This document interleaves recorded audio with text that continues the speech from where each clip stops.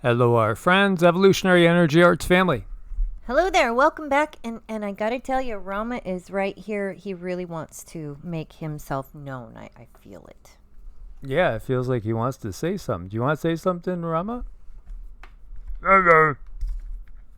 That wasn't Rama. Anyway, thanks for being part of the family, guys. All three channels, Evolutionary, EEARTS, and Heart's Home as well.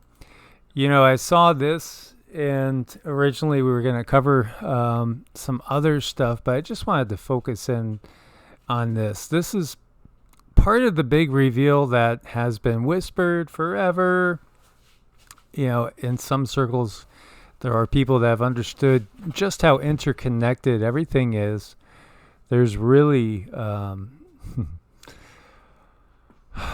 there's no way all these things are just a string of coincidences that we see all happening at the same time. No.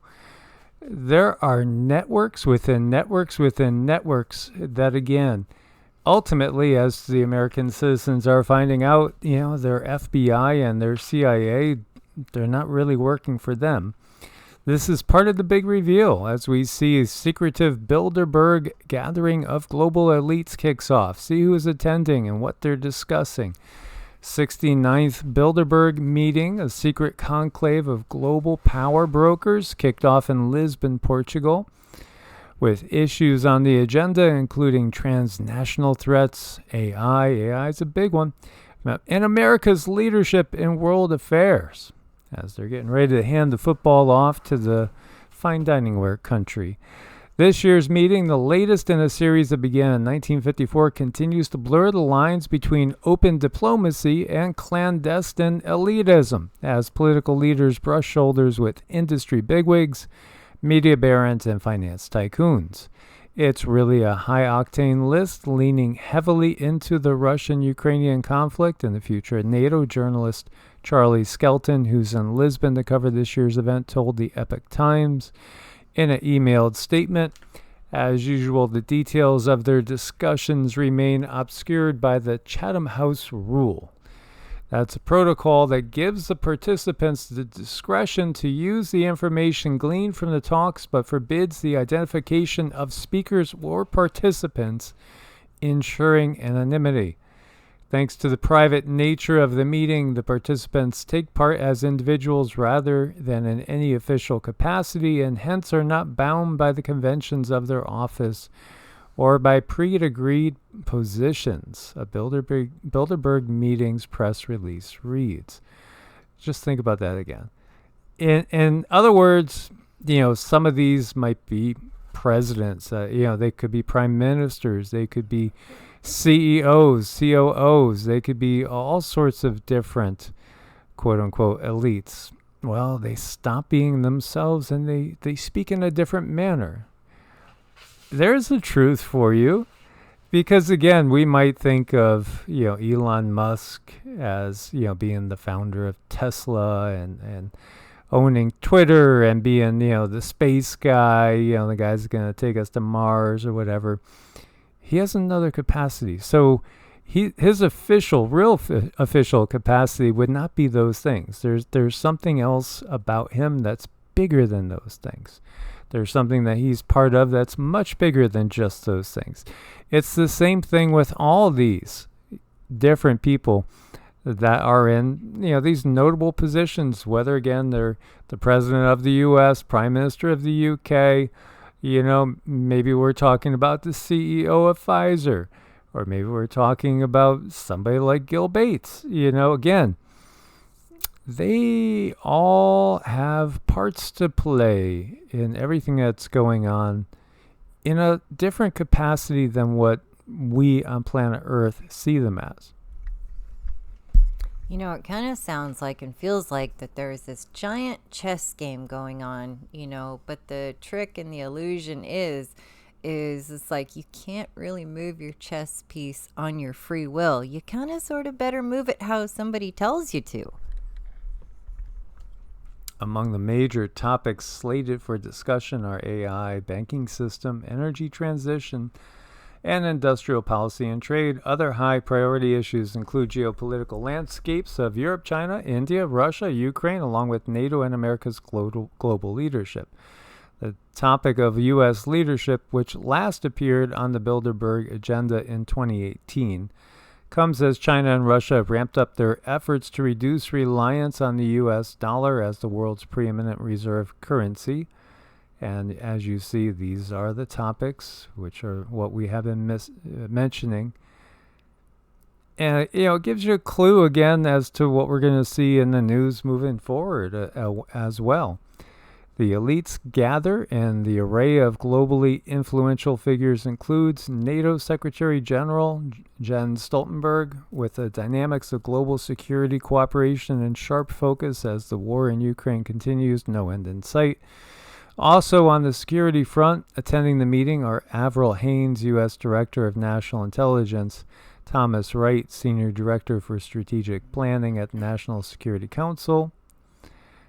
There's no shortage of political leaders, including Roberta Metsola, President of European Parliament, Mark Rutte, Prime Minister of the Netherlands. He's somebody that's, believe me, not loved by his people.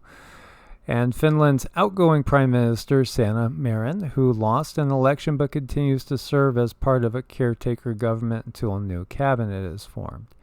Also attending is Sam Altman, CEO of OpenAI, the creator of the artificial intelligence chatbot ChatGPT that has grabbed headlines for its potential to replace humans in jobs.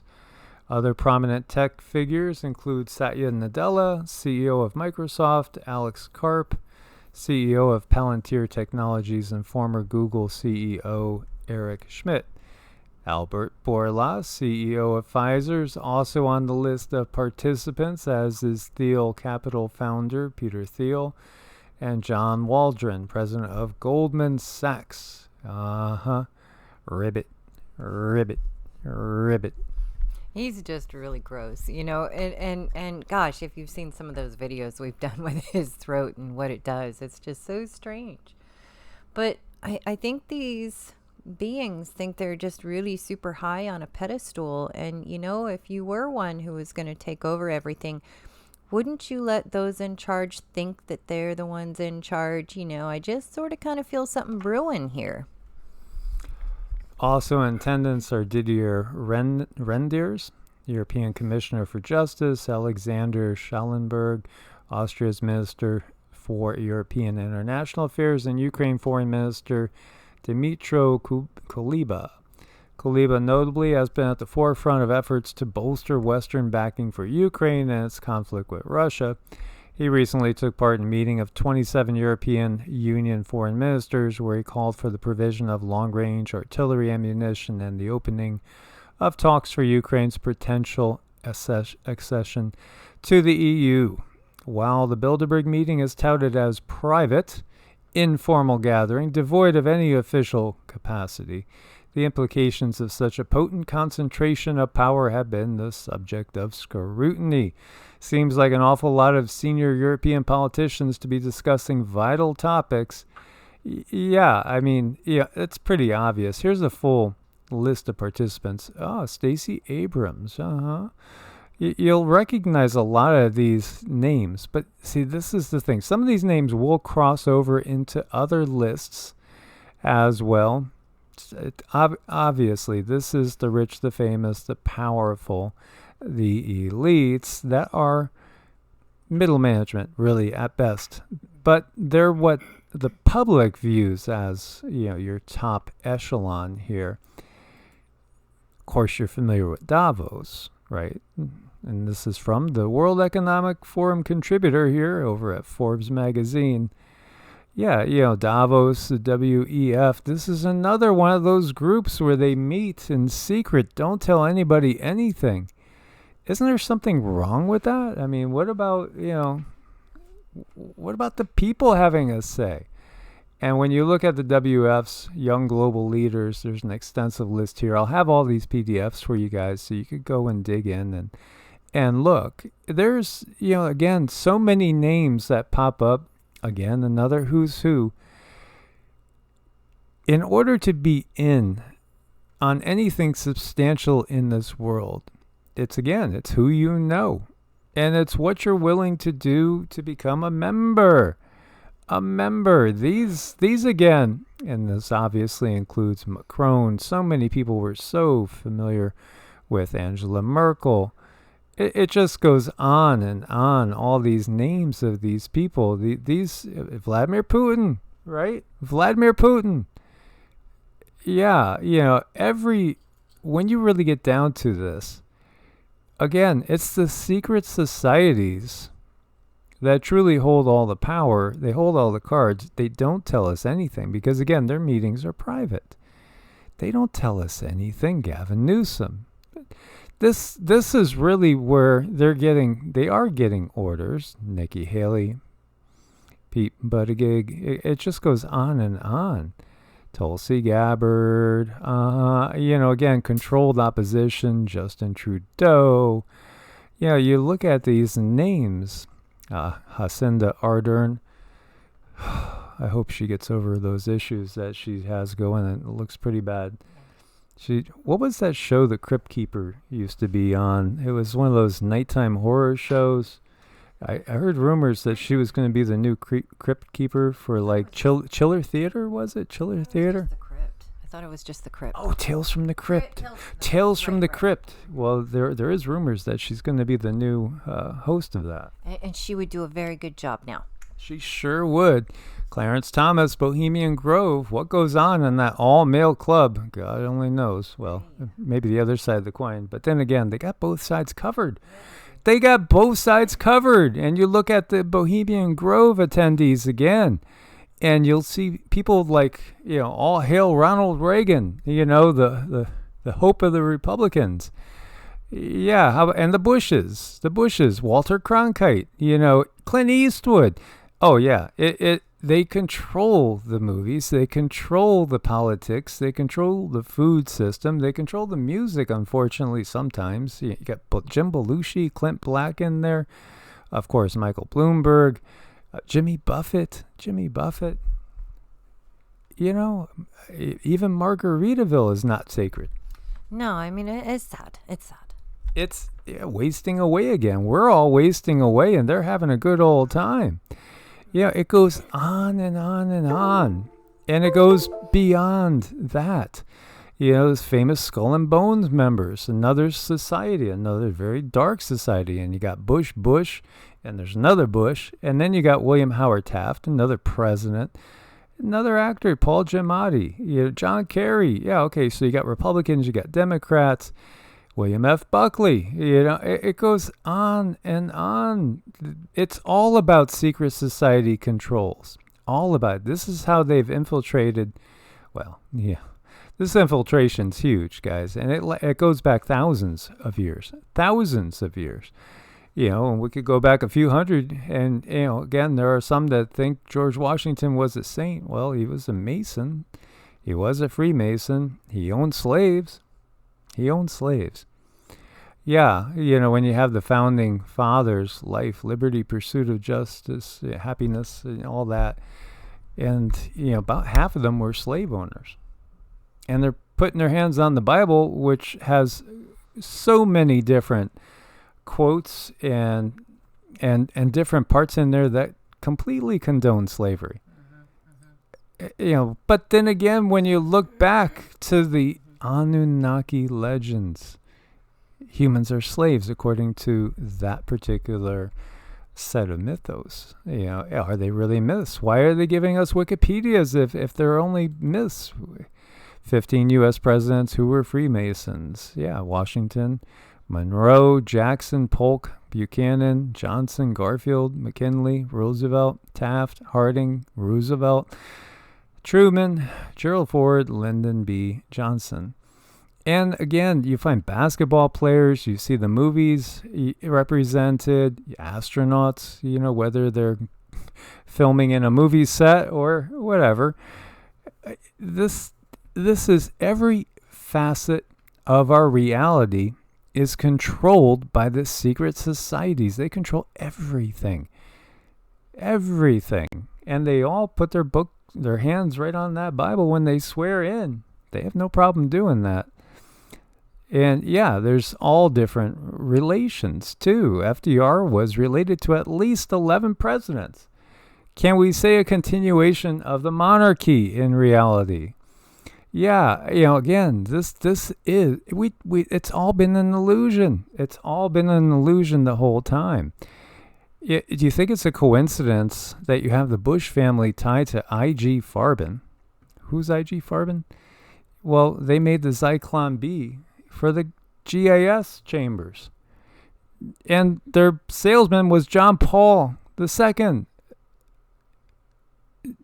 The Pope. The Pope connected to presidents, connected to an infamous company that was right there in the middle of some of the worst atrocities of WW2. Is it all coincidences? No. It's all a conspiracy. You mean it's all a fact and it's just been covered up.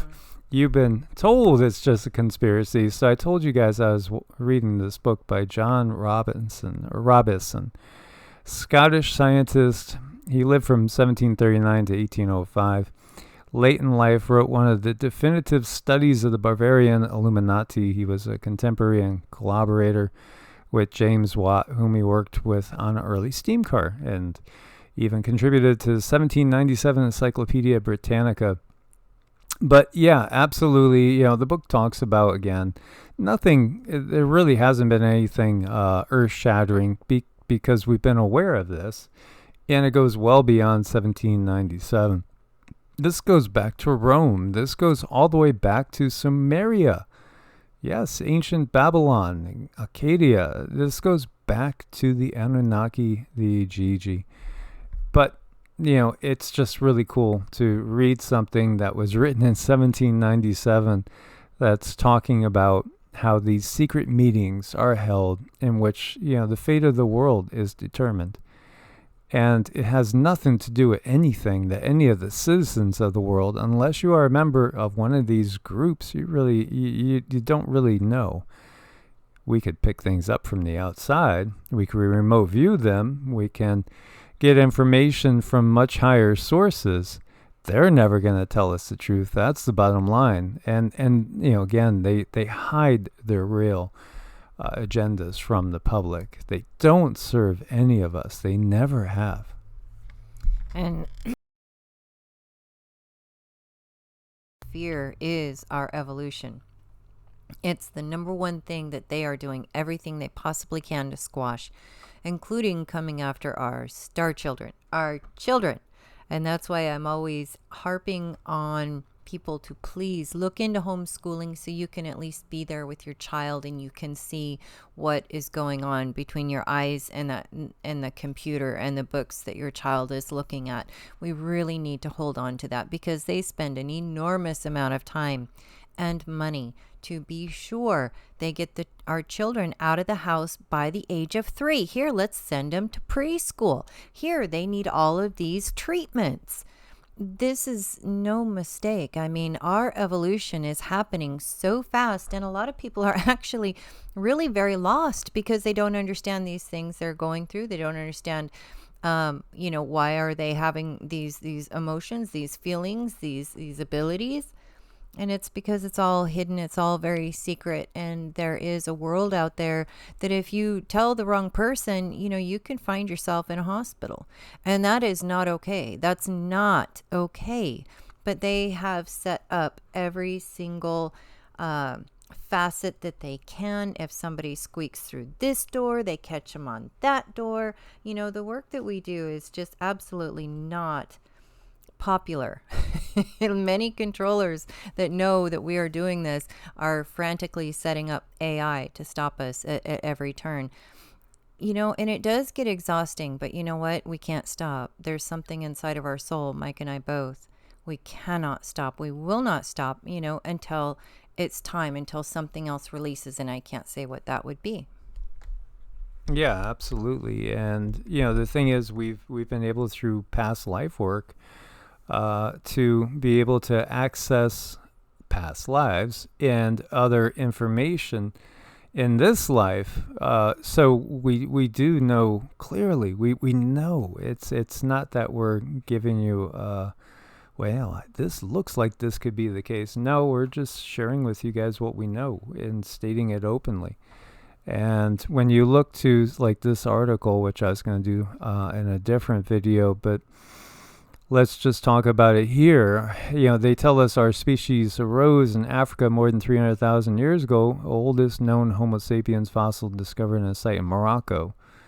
But the scarcity of Homo sapiens fossils from early in our evolutionary history and the geographical spread of those remains in Africa and places like Ethiopia and South Africa has made it difficult to piece together how our species emerged and dispersed across the continent before tracking worldwide. A new study tapping into genome data from modern-day African populations offering insight in how this might have unfolded. The research indicated that multiple ancestral groups from across Africa contributed to the emergence of Homo sapiens in a patchwork manner, migrating from one region to another and mixing with one another over hundreds of thousands of years. It also found that everyone alive today can trace their ancestry to at least two distinct populations that were present in Africa dating back about 1 million years. The findings did not support long-standing hypothesis that a single region in Africa gave rise to Homo sapiens, or a scenario involving mixing with an unidentified closely related species in the human evolutionary lineage within Africa. So, it's interesting again that there's these gaps and these holes, and there's scarcity of early fossils. Well, there's scarcity right now of fossils of giant beings, but then again, there's been tons and tons of them dug up that were, grabbed by the Smithsonian. Oh, you better call the Smithsonian, and then disposed of.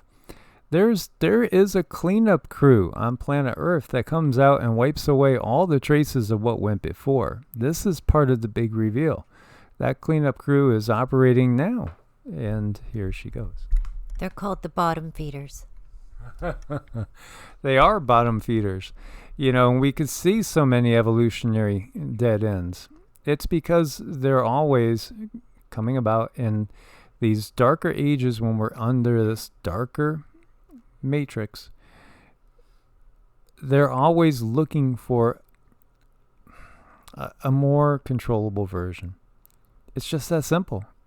They are always trying to make a more controllable version, and then the old version goes, and it's a genetic dead end.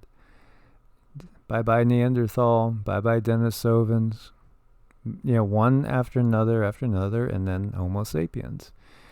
And, they've already told us this, again, it's come out of the WEF. This is one of the last, if not the last generation of Homo sapiens. Now, nature is going to develop something more like Homo superior, which is going to be those that do not go along with merger into the Borg, and the sun and all the radiation and energy coming in from cosmic sources is reawakening DNA that's been dormant. So for those people, absolutely, for those people that stand strong against the power structure that is, you're going to find yourself with a whole new set of abilities and really ways of perceiving reality that those that go into the Borg collective just would never understand, will never understand. Mm-hmm. Definitely stay strong, stay organic, and hold on to yourself. Don't give in. There's going to be a lot of temptations, but don't give in. Absolutely. Because again, you're having a temporary human experience. It's a temporary human experience. Their goal is to trap you into a temporary human experience for eons. Eons. They want to hang on to your energy. They want to hang on to you as a resource as long as they possibly can. They want to keep your soul from flying free and exploring other areas of this cosmos. Indeed. As always, guys, thanks for your support on Ko-Fi and Patreon. Keep your vibes high. Never give in. Much love. God bless. And namaste. Namaste.